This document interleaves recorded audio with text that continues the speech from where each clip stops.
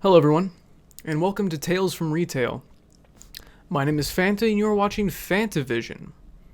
Today we're going to be discussing all the stuff I got for free from GameStop. So this is actually going to be more of a positive episode.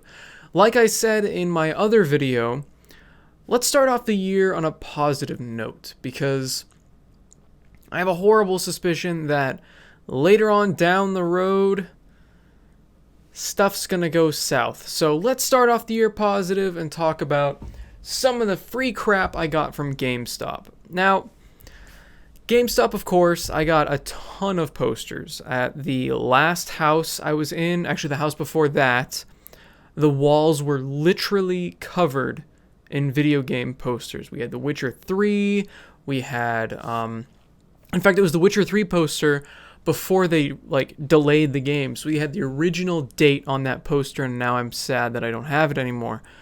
Oh. Anyway, we had the original Destiny up because we put it up before the game came out. It came out, it sucked, but it was a big poster and I didn't really want to move it.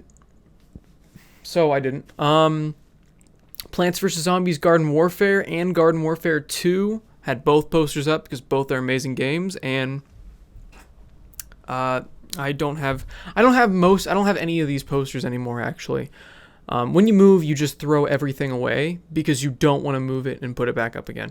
What other posters of note? I had Pikmin 3 for the Wii U. I had Donkey Kong Country Returns. I had Tropical Freeze. I had some of the Pokemon posters. Grand Theft Auto 5. I believe I had a Max Payne poster at one point. I had a lot. In fact, I think at one point I had an LA Noire standee.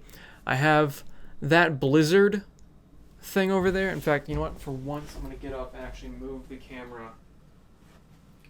That Blizzard standee right there. Got that for free when my GameStop shut down. So that was a positive, I guess. And one less GameStop in this world, even though it was the best GameStop ever. And I'm not just saying that because I worked there. I'm saying that because it was the best GameStop ever. It was. I've never even told you about my store. I don't think. I feel like that should be a separate episode, but maybe I should. I think that'll be the next episode. The next episode, I'll talk about my store and I'll talk about other stores I worked at. I don't know if I've done that, but I'm going to do it again. So there you go. Look forward to that.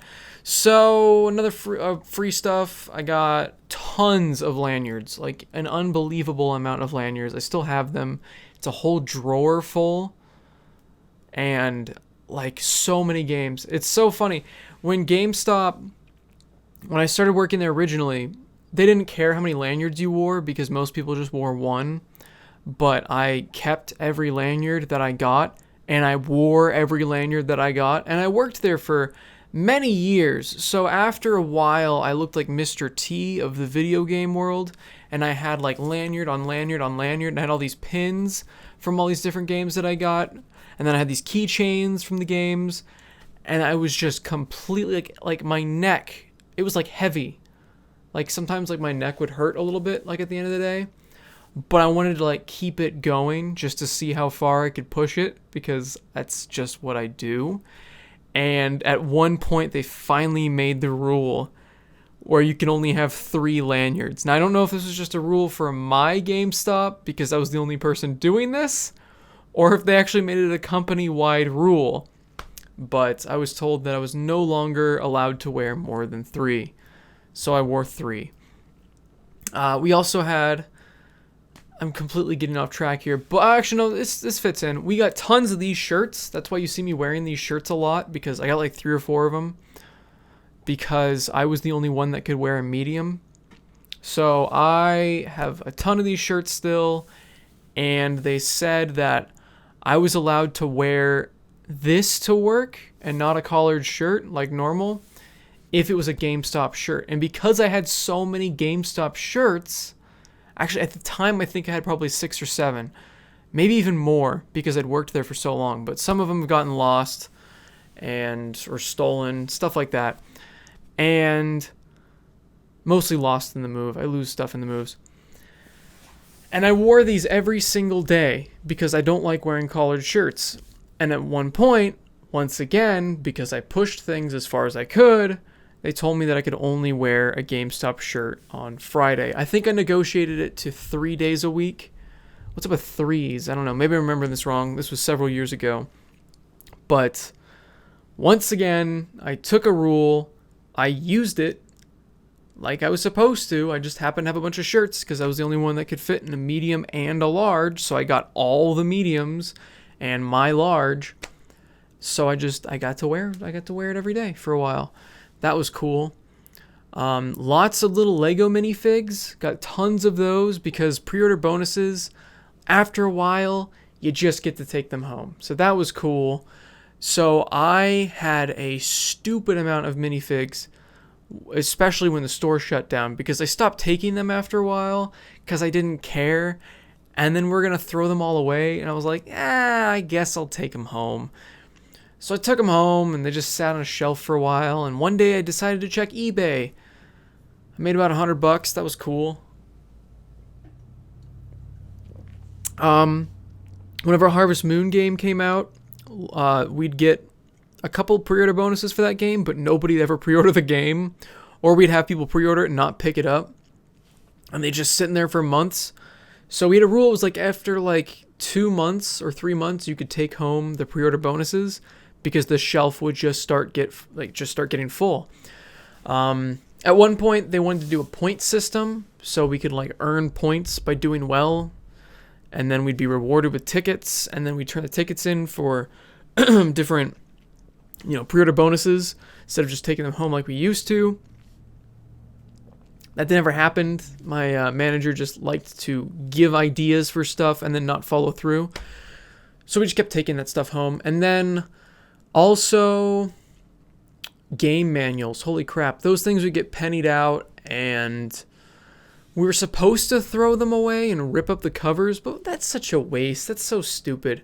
So I either still have a massive collection or I gave them away. I don't know. I don't know if you guys have seen my Instagram, but I took a picture of the storage room, which was my old room at my dad's house, and it's insane how much crap I have in there. So it could be in one of the boxes. I think it is. I think I've got over 100 strategy guides, because we just penny them out, and I didn't want anything to go to waste, so I even took the doubles. So if somebody didn't want any of a specific game manual, I took all of them, because I guess I am a hoarder, and I'm kind of finally coming under the realization that I am. But I've been getting better. So I got all that stuff for free. Sometimes it was weird. This guy came in, I don't know if I've told the story before, but some guy came in to trade in like a ton of PS3 games, his PS3 and a bunch of other stuff. And we told him what we were going to give him, and it wasn't much because it was after like the PS4 and Xbox One and all that stuff were out already. And he's like, oh, well, I don't really want to do that then. I think I'll just give them away. And it's like, we're going to give you money. What? He's just going to give them away? And in fact, he even said, well, if you guys want some of these games, you can just take them home. And I'm like, what? So I look over at my manager, and he's like, sure. I don't see why not, I guess. He's not bribing us. We're not giving him more credit. We're not paying him in cash. He's just giving us games to take home. So I got to take home SSX and I think Mortal Kombat. That was cool. SXX is a fun game. SSX is a fun game. They need to make another one, because that Ubisoft game just ain't cutting it. What is it called? Steep? I haven't played it yet, but I haven't heard too many good things about it, and I don't know anybody that owns it, so that's not a good sign. Other things I got to take home for free. Our managers would go to this thing that was kind of like E3, but just for GameStop employees. Weird, right? It was this huge thing just for GameStop managers. And he'd come back with a bunch of free games. And for a while, I had managers that were just kind of douchebags and they didn't share with anybody.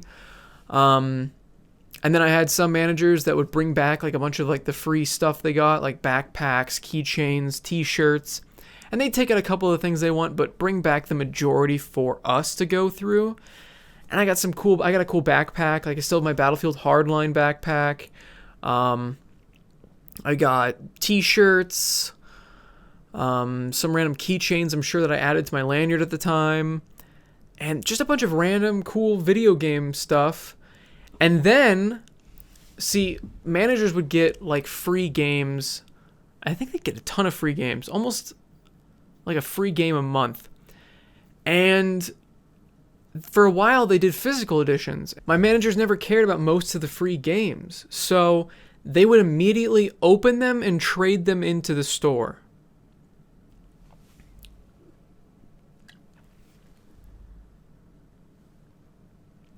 I had to let that sink in for a second. Yeah, so that was kind of frustrating. Sometimes they would sell it to us what it would trade in for. In fact, they did that a lot of the time. But I think GameStop caught on and told the publishers and stuff, hey, you know what? Just give us digital codes, whatever. The publishers probably decided to do that because it costs them nothing to generate a code. So when they started getting digital codes, I started getting free games because they, for some reason, didn't sell them on eBay because eBay doesn't exist. I'm not complaining. I got Grand Theft Auto 5 for free. I got NHL 15 for free. I got FIFA 15 for free. So that was a cool year. But that was the last year that my GameStop was open and the last year I worked for GameStop. So I don't know what they're doing now for that free stuff for managers, but that was pretty cool. Of course, managers don't get paid very much, so I guess the perks of free games make it worth being a GameStop manager. I don't know. I don't think it would be worth it. They always seemed very stressed out. Other free stuff, because we're nearing, I don't know how much time we're actually at, but we're over the 10-minute mark. I like to keep these around 10-15 minutes. Yeah, I don't know, just a bunch of random stuff. Sometimes customers would just give us games. There was a guy that was trading his Xbox 360. We weren't giving him enough for it. He got mad, and instead of trading it in or giving it away, he threw it away. Actually, no, that's wrong. We were going to give him something. He didn't want the trading credit because it wasn't enough. And he said, I'm just going to throw this away. And we're like, well, we're going to give you credit. And he's like, I don't care. It's not enough to actually do anything with. And I don't want to come back here. And it wasn't like an angry, I don't want to come back here. It was just like, I really don't want to go anywhere and put in any effort. I order everything online. And I'm like, okay, well, don't throw it away. Just put it on top of the trash can. And I'm sure it'll find a new home. And he did. And I own that Xbox now. I still have that somewhere. I think it's at my dad's house.